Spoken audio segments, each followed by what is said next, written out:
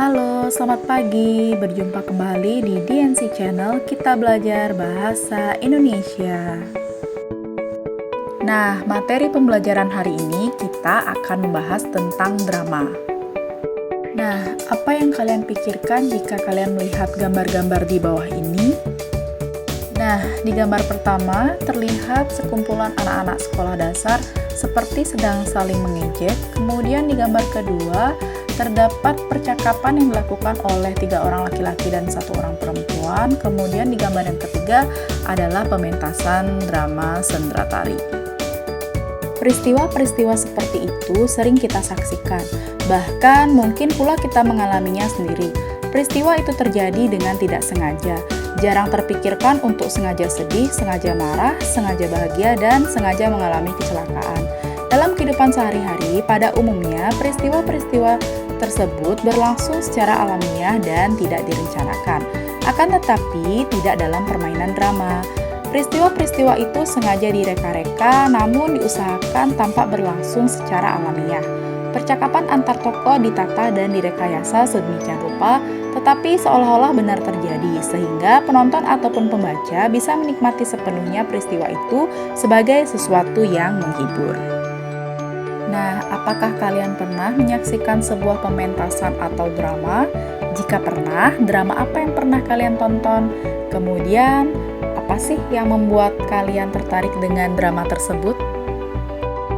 Nah, pertanyaan tersebut bisa kalian jawab nanti ya. Sekarang kita mempelajari dulu tentang apa yang akan kita pelajari dalam materi drama hari ini. Ada 4 kompetensi dasar yang akan kita pelajari dalam materi drama. Yang pertama, mengidentifikasi unsur-unsur atau tradisional dan modern yang disajikan dalam bentuk pentas dan naskah.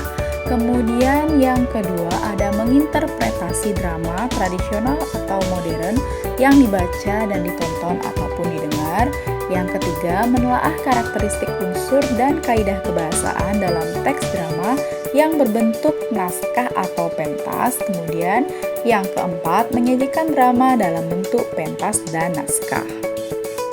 Hari ini kita akan membahas kompetensi dasar yang pertama, yaitu mengidentifikasi unsur-unsur drama tradisional dan modern yang disajikan dalam bentuk pentas dan naskah. Tujuan pembelajaran kita pada hari ini adalah setelah mempelajari materi hari ini, kalian diharapkan mampu mengenal dan mendalami unsur-unsur drama baik tradisional ataupun modern yang disajikan dalam bentuk pentas atau naskah. Sebelum kalian mempelajari tentang mendalami unsur-unsur drama, nah sekarang coba kalian perhatikan teks berikut ini. Nah, di sini kita akan belajar mengenai karakteristik drama terlebih dahulu ya. Nah, di sini ada teks yang berjudul Ketika Pangeran Mencari Istri. Teks tersebut merupakan contoh drama. Drama adalah tindakan meniru kebiasaan sehari-hari atau sebuah penggambaran tentang kehidupan sehari-hari melalui perilaku dan emosi. Nah, pada drama Ketika Pangeran Mencari Istri, di situ diceritakan tentang seorang pangeran yang belajar mengenai arti ketulusan cinta. Jadi, pengertian teks drama adalah teks yang menggambarkan kehidupan dan watak manusia melalui tingkah laku atau akting yang dipentaskan.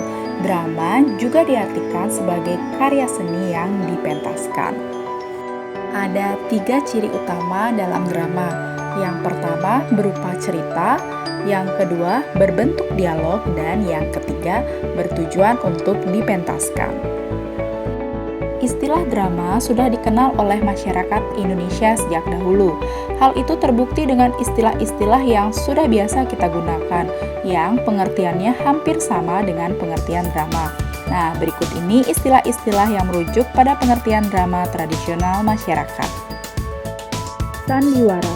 Istilah sandiwara diciptakan oleh Mangkunegara ke-7, berasal dari bahasa Jawa sandi yang berarti rahasia dan warah yang berarti pengajaran.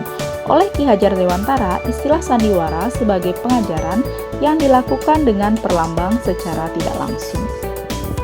Lakon. Istilah ini memiliki beberapa kemungkinan arti, yaitu yang pertama, cerita yang dimainkan dalam drama, wayang, atau film. Yang kedua, karangan yang berupa cerita sandiwara. Dan yang ketiga, perbuatan, kejadian, peristiwa. Toneel. Istilah toneel berasal dari bahasa Belanda, toneel, yang artinya pertunjukan. Istilah ini populer pada masa penjajahan Belanda. Sendratari. Sendratari kepanjangan dari seni drama dan tari. Sendratari berarti pertunjukan serangkaian tari-tarian yang dilakukan oleh sekelompok orang penari dan mengisahkan suatu cerita dengan tanpa menggunakan percakapan. Tableau. Tableau merupakan drama yang menampilkan kisah dengan sikap dan posisi pemain dibantu oleh pencerita. Pemain-pemain tableau tidak berdialog. Ada 5 unsur-unsur drama yang akan kita pelajari hari ini. Yang pertama, alur. Yang kedua, penokohan. Yang ketiga, dialog. Yang keempat, latar. Dan yang kelima, bahasa. Alur. Alur adalah rangkaian peristiwa dan konflik yang menggerakkan jalan cerita. Alur drama mencakup bagian-bagian. Yang pertama, pengenalan cerita. Yang kedua, konflik awal. Yang ketiga, perkembangan konflik. Dan yang keempat, penyelesaian. Penokohan. Penokohan merupakan cara pengarang di dalam menggambarkan karakter tokoh. Dalam pementasan drama, tokoh mempunyai posisi yang penting. Tokohlah yang mengaktualisasikan naskah drama di pentas. Tokoh yang didukung oleh latar peristiwa dan aspek-aspek lainnya akan menampilkan cerita dan pesan-pesan yang ingin disampaikan. Berdasarkan perannya, tokoh dibagi menjadi 2, yaitu tokoh utama dan tokoh pembantu. Tokoh utama adalah tokoh yang menjadi sentral cerita dalam pementasan drama, sementara tokoh pembantu adalah tokoh yang dilibatkan atau dimunculkan untuk mendukung jalan cerita dan memiliki kaitan dengan tokoh utama. Tokoh utama setidaknya ditandai oleh 4 hal, yaitu yang pertama, paling sering muncul dalam setiap adegan. Yang kedua, menjadi sentral atau pusat perhatian tokoh-tokoh yang lain. Yang ketiga, kejadian-kejadian yang melibatkan tokoh lain selalu dapat dihubungkan dengan peran tokoh utama. Dan yang keempat, dialog-dialog yang dilibatkan tokoh-tokoh lain selalu berkaitan dengan peran tokoh utama. Dari segi perwatakannya, tokoh dan perannya dalam pementasan drama terdiri dari 4 macam, yaitu tokoh berkembang, tokoh pembantu, tokoh statis, dan tokoh serbabisa. Tokoh berkembang adalah tokoh yang mengalami perkembangan nasib atau watak selama pertunjukan. Misalnya, tokoh yang awalnya seorang yang baik pada akhirnya menjadi orang yang jahat. Tokoh pembantu adalah tokoh yang diperbantukan untuk menyertai, melayani, atau mendukung kehadiran tokoh utama. Tokoh pembantu memerankan suatu bagian penting dalam drama, tetapi fungsinya tetap sebagai tokoh pembantu. Tokoh statis adalah tokoh yang tidak mengalami perubahan karakter dari awal hingga akhir dalam suatu drama. Misalnya, seorang tokoh yang berkarakter jahat dari awal drama akan tetap bersifat jahat di akhir drama. Tokoh serbabisa adalah tokoh yang dapat berperan sebagai tokoh lain. Misalnya, tokoh yang berperan sebagai seorang raja, tetapi ia juga berperan sebagai seorang pengemis untuk mengetahui kehidupan rakyatnya.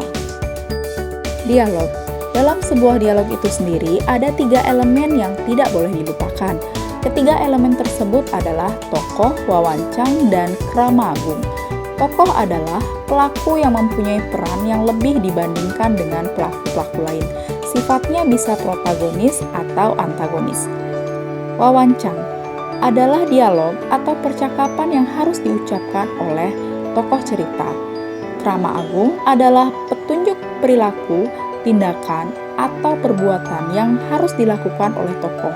Dalam naskah drama, krama agung dituliskan dalam tanda kurung atau biasanya dicetak miring. Latar. Latar adalah keterangan mengenai ruang dan waktu. Penjelasan latar dalam drama dinyatakan dalam petunjuk pementasan. Bagian itu disebut dengan krama agung. Latar juga dapat dinyatakan melalui percakapan para tokohnya. Dalam pementasannya, latar dapat dinyatakan dalam tata panggung ataupun tata cahaya. Bahasa. Bahasa merupakan media komunikasi antar tokoh. Bahasa juga bisa menggambarkan watak tokoh, latar, ataupun peristiwa yang sedang terjadi. Apabila disajikan dalam bentuk pementasan, drama memiliki unsur lainnya yakni sarana pementasan, seperti panggung, kostum, pencahayaan, dan tata suara. Sebelum kita akhiri pertemuan hari ini, Aristoteles pernah berkata, pendidikan adalah bekal terbaik untuk perjalanan hidup, yang artinya hidup tak akan pernah maju tanpa hadirnya ilmu pengetahuan dan pendidikan yang kalian dapatkan sejak kecil dari bangku sekolah hingga kuliah nanti, yang akan membuat kehidupanmu di masa mendatang lebih berarti dan bermanfaat. Nah, demikianlah tadi pembahasan materi mengenai mengidentifikasi unsur-unsur drama baik tradisional maupun modern yang disajikan dalam bentuk pentas dan naskah. Semoga kalian memahami materi hari ini dengan baik ya. Jika kalian memiliki pertanyaan terkait materi hari ini, kalian bisa menghubungi kontak person di bawah ini. Terima kasih telah mengikuti pembelajaran daring di DNC Channel Kita Belajar Bahasa Indonesia. Sampai jumpa kembali dalam pembelajaran daring berikutnya.